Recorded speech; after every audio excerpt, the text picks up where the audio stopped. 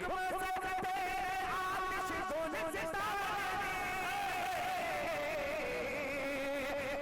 रही थी छोड़ी पर ना गर्दन कटी, चल रही थी छोड़ी पर ना गर्दन कटी। एड़ियों की रगड़ और ज़मीन तर बतर, एड़ियों की रगड़ और ज़मीन तर बतर, चश्मा बहने लगा।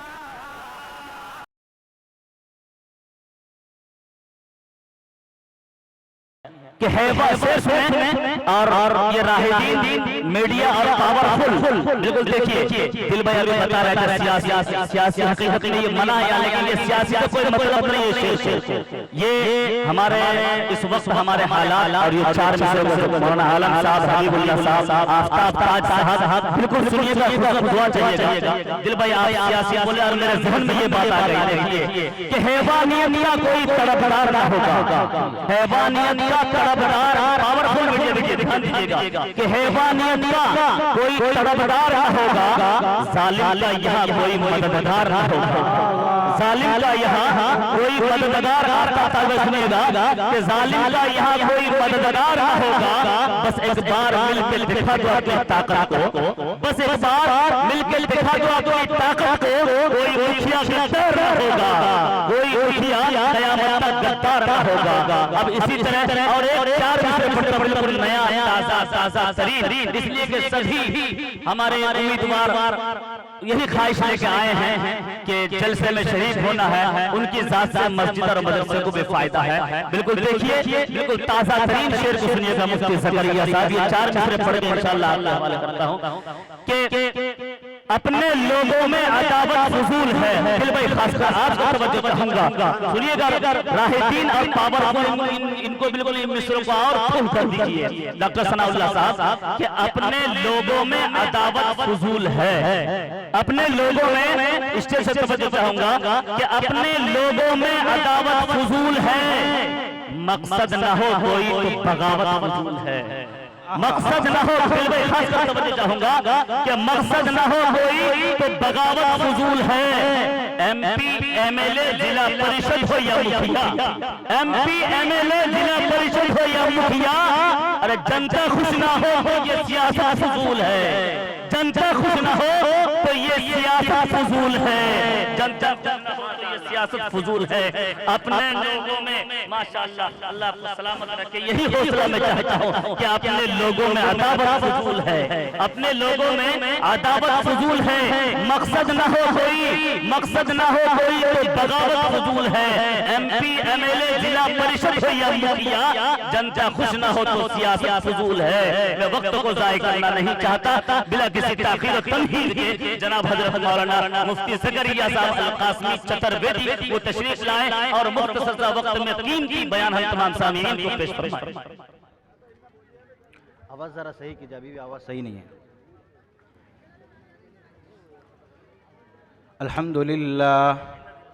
अल्हम्दुलिल्लाह नहमदुहु व नस्तईनुहु व नस्तगफिरुहु व नु'मिनु बिही व नतवक्कलु अलैहि, अम्मा बअदु फ़अऊज़ु बिल्लाहि मिनश शैतानिर रजीम, बिस्मिल्लाहिर रहमानिर रहीम।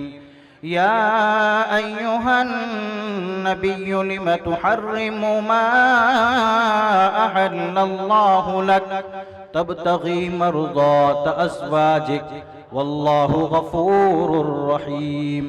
क़द फ़रज़ल्लाहु लकुम तहिल्लत ऐमानिकुम वल्लाहु मौलाकुम वहुवल अलीमुल हकीम। सदक़ल्लाहुल अज़ीम। अन अबी हुरैरह रज़ियल्लाहु तआला अन्हु क़ाल क़ाल रसूलुल्लाहि सल्लल्लाहु अलैहि वसल्लम इज़ा मातल इंसान इनक़तअ अन्हु अमलुहु इल्ला मिन सलासति अश्याइन सदक़तिन जारियतिन औ इल्मिन युंतफ़उ बिही औ वलदिन सालिहिन यदउ लहु रवाहु फिल मिश्कात औ कमा क़ाल अलैहिस्सलातु वस्सलाम। रब्बि इश्रह ली सदरी व यस्सिर ली अमरी वहलुल उक़दतम मिन लिसानी यफ़क़हू क़ौली।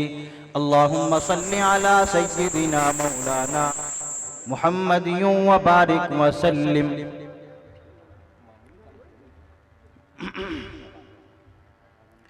एहसास-ए सदाकत रखता हूं, एहसास-ए सदाकत रखता हूं, आईने अदालत रखता हूं। एहसास-ए सदाकत रखता हूं, आईने अदालत रखता हूं। आंखों में हया, आंखों में हया, दिल में गैरत, आंखों में हया, दिल में गैरत, तौफीक़े शुजाअत रखता हूं। इस्लाम से मुझको उल्फत है, इस्लाम से मुझको उल्फत है, कुछ शौक़ इबादत रखता हूं। सिद्दीक़ उमर, सिद्दीक़ उमर, उस्मान वाली, चारों से मोहब्बत रखता हूं।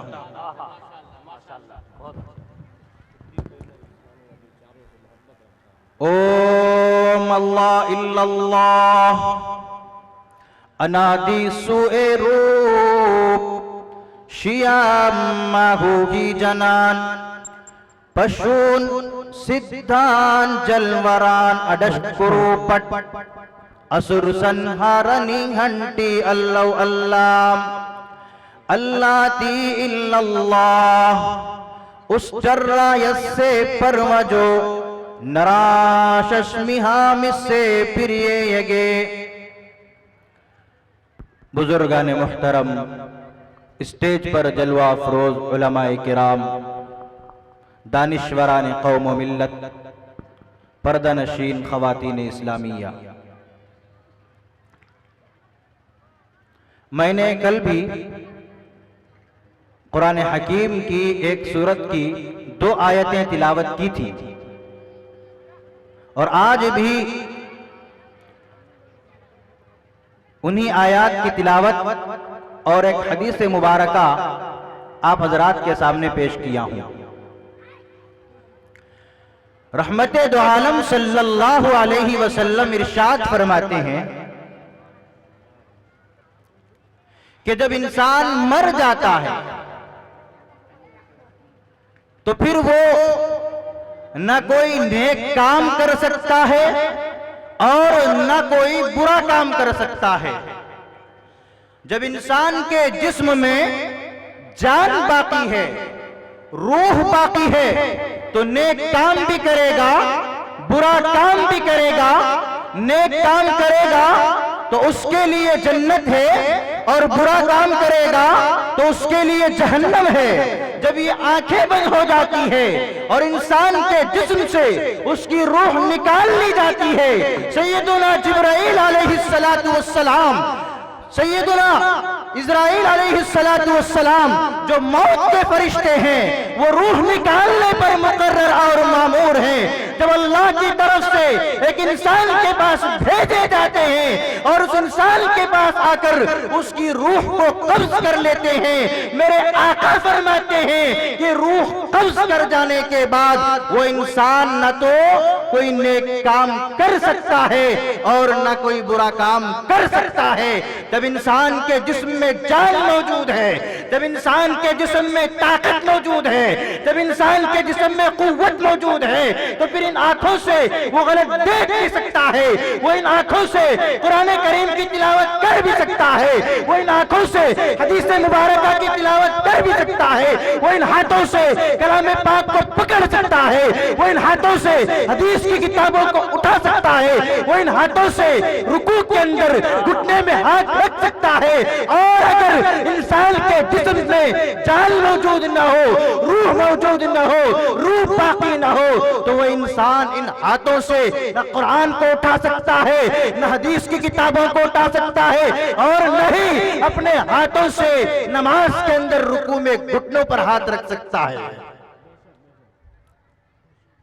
इज़ा मातल इंसान इनक़ता अन्हु अमलुहु इल्ला मिन सलासति अश्याइन। आका का फरमान है, एक तरफ मिशकात के अंदर रसूल करीम सल्लल्लाहु अलैहि वसल्लम का ये फरमान मौजूद है, इज़ा मातल इंसान इनक़ता अन्हु अमलुहु इल्ला मिन सलासति अश्याइन। फरमाया जब जिस्म से जान खींच ली जाती है, रूह निकाल ली जाती है, शर का रास्ता भी बंद, खैर का रास्ता भी बंद। अब कोई अच्छा काम भी नहीं कर सकता, बुरा काम भी नहीं कर सकता। आका फरमाते हैं कि एक नुस्खा तुम्हें देता हूं, एक नुस्खा तुम्हें देता हूं, एक गोल्डन चांस तुम्हें दे करके जा रहा हूं। फरमाया कि इंसान मर गया, उसके बाद भी उसके अकाउंट में पैसे आ रहे हैं। जब आंखें खुली हुई थी, जिस्म में जान बाकी थी, जिस्म के अंदर रूह मौजूद थी, तो अकाउंट में पैसे आ रहे थे। लेकिन जान चली गई, रूह निकाल ली गई, उसको घर वाले, महल्ले वाले कब्रिस्तान ले जाकर कब्र के अंदर दफन कर दिए। उसके बाद भी उसके अकाउंट्स में पैसे आ रहे हैं। कौन नहीं चाहेगा? मैं भी चाहूंगा, आप भी चाहेंगे, मेरी माँ और बहनें भी चाहेंगी कि चलो मेरे मरने के बाद मेरे अकाउंट के अंदर अगर पैसे आ रहे हैं, रकम आ रही है, तो मेरे काम न आए, मैं तो कब्रिस्तान में सो रहा हूंगा, लेकिन ये रकम जो अकाउंट्स में मेरे आएंगे, मेरे बच्चों के काम आएंगे, मेरे पोतियों के काम आएंगे, मेरे खानदान वालों के काम आएंगे। मरने के बाद भी एक इंसान ये तमन्ना कर रहा है। आका फरमाते हैं, नारे तकबीर, नारे तकबीर। जनाब हजरत मौलाना सोहराब अली साहब चाँदनी कलकत्ता, मौलाना सोहराब साहब चाँदनी कलकत्ता, मुफ्ती ज़करिया साहब अल कासमी। आका फरमाते हैं कि एक नुस्खा दे करके जा रहा हूं, मर जाओगे उसके बाद भी तुम्हारे खाते में, तुम्हारे अकाउंट में, तुम्हारे नामे आमाल में नेकियां जमा होती रहेंगी। इज़ा मातल इंसान इनक़ता अन्हु अमलुहु इल्ला मिन सलासति अश्याइन। फरमाया तीन चीजें हैं, तीन काम कर लो अपनी जिंदगी के अंदर, मरने के बाद भी तुम्हारे अकाउंट्स में नेकियां जमा होती रहेंगी। बता दूं वो तीन चीजें क्या है या ना बताऊं? बताइए कौन कौन सुनने के लिए तैयार हैं? सब तैयार हैं, मेरी माएं बहनें भी तैयार हैं, माशाअल्लाह, सारा मजमा बेदार है। आका फरमाते हैं इज़ा मातल इंसान, जब इंसान मर जाता है, कोई काम नहीं कर सकता, उसके बाद उसके लिए एक रास्ता आका ने खोल दिया। फरमाया सदक़तिन जारियतिन, कि सदक़े जारिया कर दो, कोई ऐसे काम कर दो कि जिसकी वजह से आपके मरने के बाद उसका सवाब आपको पहुंचता रहे। कुचिया मोड़ के अंदर मस्जिद की तामीर की जा रही है, यहाँ पर जलसा सजाया गया, महीनों से इसके पीछे मेहनतें हो रही हैं। हम आए और कुचिया मोड़ की मस्जिद की तामीर के लिए हमसे जो हो सका हमने दिल खोल कर पेश किया, ताउन किया। आका फरमाते हैं कि ये तुम्हारे लिए सदक़े जारिया है। मर जाओगे उसके बाद भी अकाउंट में पैसे आएंगे। हुकूमत की तरफ से अगर हमारे मरने के बाद भी हमारे अकाउंट में पैसे आने के लिए कह दिया जाए, कोई स्कीम जारी कर दिया जाए, सारे लोग अपना आधार कार्ड जमा कर देंगे। करेंगे नहीं करेंगे? तो आका ने फरमाया एक चीज क्या है, कुचिया मोड़ की मस्जिद के तामीर में हिस्सा ले, ये आपके लिए सदक़े जारिया। मर जाएंगे फिर भी सवाब मिलता रहेगा। आंखें बंद हो गई, नेक काम नहीं कर सकते, बुरा काम नहीं कर सकते, लेकिन कुचिया मोड़ की मस्जिद के लिए ताउन किया था। फरमाया आंखें बंद होने के बावजूद हमें सवाब मिलता रहेगा। है ना अच्छा रास्ता? है कि नहीं है? बहुत अच्छा रास्ता है। मेरे आका मदीना तशरीफ ले गए, हिजरत के सफर के दौरान आका के साथ जो सौबतें पेश आई हैं वो एक तरफ है, लेकिन आका जब मदीना गए हैं, वहां पहुंचने के बाद सबसे पहला काम आपने क्या किया? मस्जिद की तामीर आपने फरमाई। आप हिजरत का हुक्म फरमाते हैं, तमाम सहाबा आपके साथ हिजरत का इरादा करते हैं। हजरत सुहैब रूमी रज़ी अल्लाह ताला अन्हु रोम से तशरीफ लाए और मक्के में आकर उन्होंने तिजारत शुरू फरमा दी। तारीख में आता है कि सुहैब रूमी रज़ी अल्लाह ताला अन्हु ने इतना माल कमाया, अल्लाह तबारक व ताला ने उनके तिजारत में इतनी बरकत दी, इतनी तरक्की अता फरमाई कि मक्के के बड़े बड़े मालदारों में उनका शुमार होने लगा। तारीख में आता है कि सुहैब रूमी ने जब ये हुक्म सुना कि अल्लाह के रसूल ने हिजरत का हुक्म दे दिया है,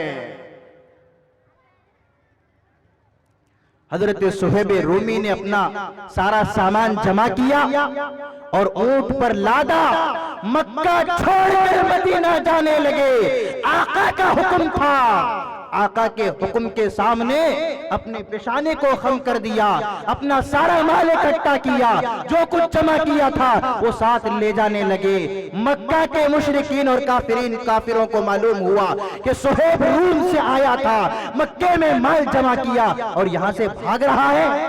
तारीख में आता है कि सुहैब रूमी को उन्होंने पकड़ लिया और कहा, सुहैब कहां जाते हो? कहा, मैं मदीना जा रहा हूं, मेरे आका मदीने में हैं, आका ने हुक्म दिया है यहां से हिजरत करने का, मैं वहीं जा रहा हूं। मक्का के काफिरों ने कहा, सुहैब आए थे रूम से, माल कमाया मक्के में और लेकर जाओ मदीने में, हम इसको गवारा नहीं करेंगे। सुहैब रूमी ने कहा, फिर क्या चाहते हो? फरमाया कि सिर्फ अपनी जान लेकर के चले जाओ, ये सारा माल हमारा है, ये माल तुम्हें छोड़कर जाना होगा। रिवायात में आता है कि हजरत सुहैब रूमी रज़ी अल्लाह ताला अन्हु ने रसूल अकरम सल्लल्लाहु अलैहि वसल्लम की मोहब्बत और आपके इश्क की खातिर सारा माल वहीं छोड़ दिया। आप इस्लाम के अंदर सहाबा की कुर्बानियां उठा करके देखें।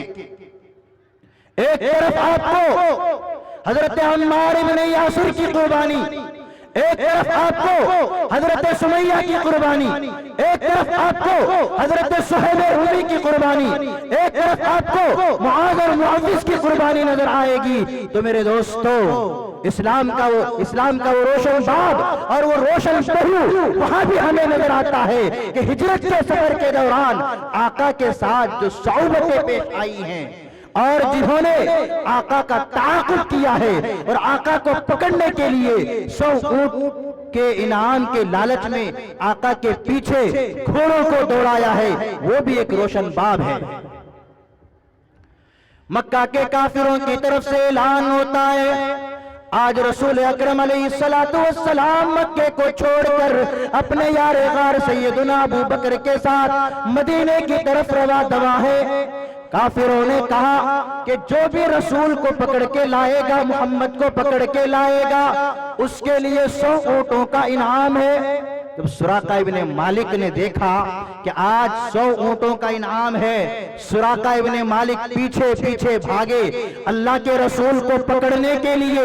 रिवायात में आता है कि सुराका इब्ने मालिक बड़े तीरंदाज थे, सुराका इब्ने मालिक बड़े सलाहियतों के मालिक थे। सुराका इब्ने मालिक अल्लाह के रसूल सल्लल्लाहु अलैहि वसल्लम के करीब जा पहुंचते हैं। सुराका इब्ने मालिक का बयान है, करीब था कि मैं रसूलुल्लाह को पकड़ लूं, लेकिन मेरी घोड़ी उस रेतीली और पथरीली जमीन में धंस गई। सुराका कहते हैं कि वहां कोई ऐसा मौका ही नहीं था कि अल्लाह के रसूल सल्लल्लाहु अलैहि वसल्लम को मैं पकड़ लेता, लेकिन पता नहीं अचानक क्या हुआ कि मेरे घोड़े के दोनों पैर जमीन में धंस गए। फिर मैंने अपने घोड़े को एड़ लगाई, डांटा, तो फिर घोड़ा खड़ा हुआ और फिर दौड़ने लगा। करीब था कि रसूलुल्लाह को पकड़ लेता। तारीख इस्लाम में मौलाना अबुल कलाम आजाद रहमहुल्लाह लिखते हैं कि रसूलुल्लाह सल्लल्लाहु अलैहि वसल्लम ने फरमाया, सुराका उस वक्त को याद करो जिस वक्त कैसर और किसरा के कंगन तुम्हारे हाथों में होंगे। कैसर और किसरा सोने के कंगन पहना करते थे।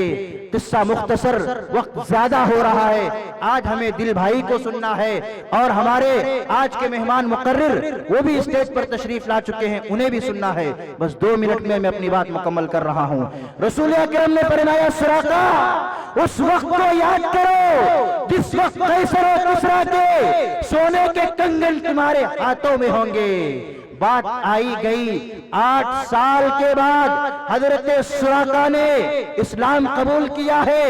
अल्लाह के रसूल सल्लल्लाहु अलैहि वसल्लम दुनिया से पर्दा फरमा गए। हजरत अबू बकर का दौरे खिलाफत आया और इसी तरीके से हजरत अबू बकर के बाद हजरत उमर के दौरे खिलाफत में कैसर और किसरा के ममालिक की फतह होती है और मस्जिद नबवी में कैसर और किसरा के सारे सामान को, माले गनीमत को जमा किया जाता है। हजरत उमर फारूक एक चीज को उठा करके देखते हैं। देखने के दौरान, एक एक चीज को टटोलने के दौरान कैसर और किसरा के सोने के कंगन वहां निकले, बरामद हुए। तो हजरत उमर को वो वाकया याद आ गया। हजरत उमर को हिजरत का वो वाकया याद आ गया जिस वक्त रसूल कायनात ने फरमाया था, ऐ सुराका उस वक्त तुम्हारी हालत क्या होगी कि जिस वक्त कैसर और किसरा के सोने के कंगन तुम्हारे हाथों में होंगे। मैं आज एक मैसेज देना चाहता हूं, एक पैगाम देना चाहता हूं। हजरत उमर ने मस्जिद नबवी में कैसर और किसरा के सोने के वो कंगन हाथ में उठाया और उठा करके कहा कि इस मजमे में सुराका इब्ने मालिक कहां है। हजरत सुराका इब्ने मालिक सामने आए। हजरत उमर ने फरमाया, ऐ सुराका, ये आसमान अपनी जगह से टल सकता है, ये जमीन अपनी जगह से हिल सकती है, ये पहाड़, ये दरख्त तमाम के तमाम रेजे रेजे हो सकते हैं, लेकिन आका की बात कभी झूठी नहीं हो सकती। आका ने कहा था कि सुराका उस वक्त तुम्हारी हालत क्या होगी जब कैसर और किसरा के कंगन तुम्हारे हाथों में होंगे। ये सुराका लो, ये कैसर और किसरा के सोने के कंगन है, आज पहनकर दुनिया वालों को दिखा दो कि आका की बात कभी झूठी नहीं हो सकती। हजरत उमर ने फरमाया कि सोने के कंगन पहनना हराम है। आज दिल्ली बम्बई जाते हैं, सहारनपुर जाते हैं नौजवान काम करने के लिए, या फिर खुद हमारे इलाके में बच्चे की पैदाइश होती है या शादी ब्याह के मौके से सोने की अंगूठी पहना दिया। बच्चा पैदा हुआ, ननिहाल वालों की तरफ से, नाना या नानी की तरफ से सोने का हार बच्चे के, लड़के के गले में पहनाया जाता है, नाजायज और हराम है। हजरत उमर ने फरमाया, बस थोड़ी देर के लिए पहन करके बता दो ताकि दुनिया वालों को मालूम हो जाए सोना पहनना मर्दों के लिए हराम है, हराम है। समझ में आ गई बात? अल्लाह ताला अमल की तौफीक अता फरमाए। आमीन व आखिर दावाना अनिल हम्दुलिल्लाहि रब्बिल आलमीन।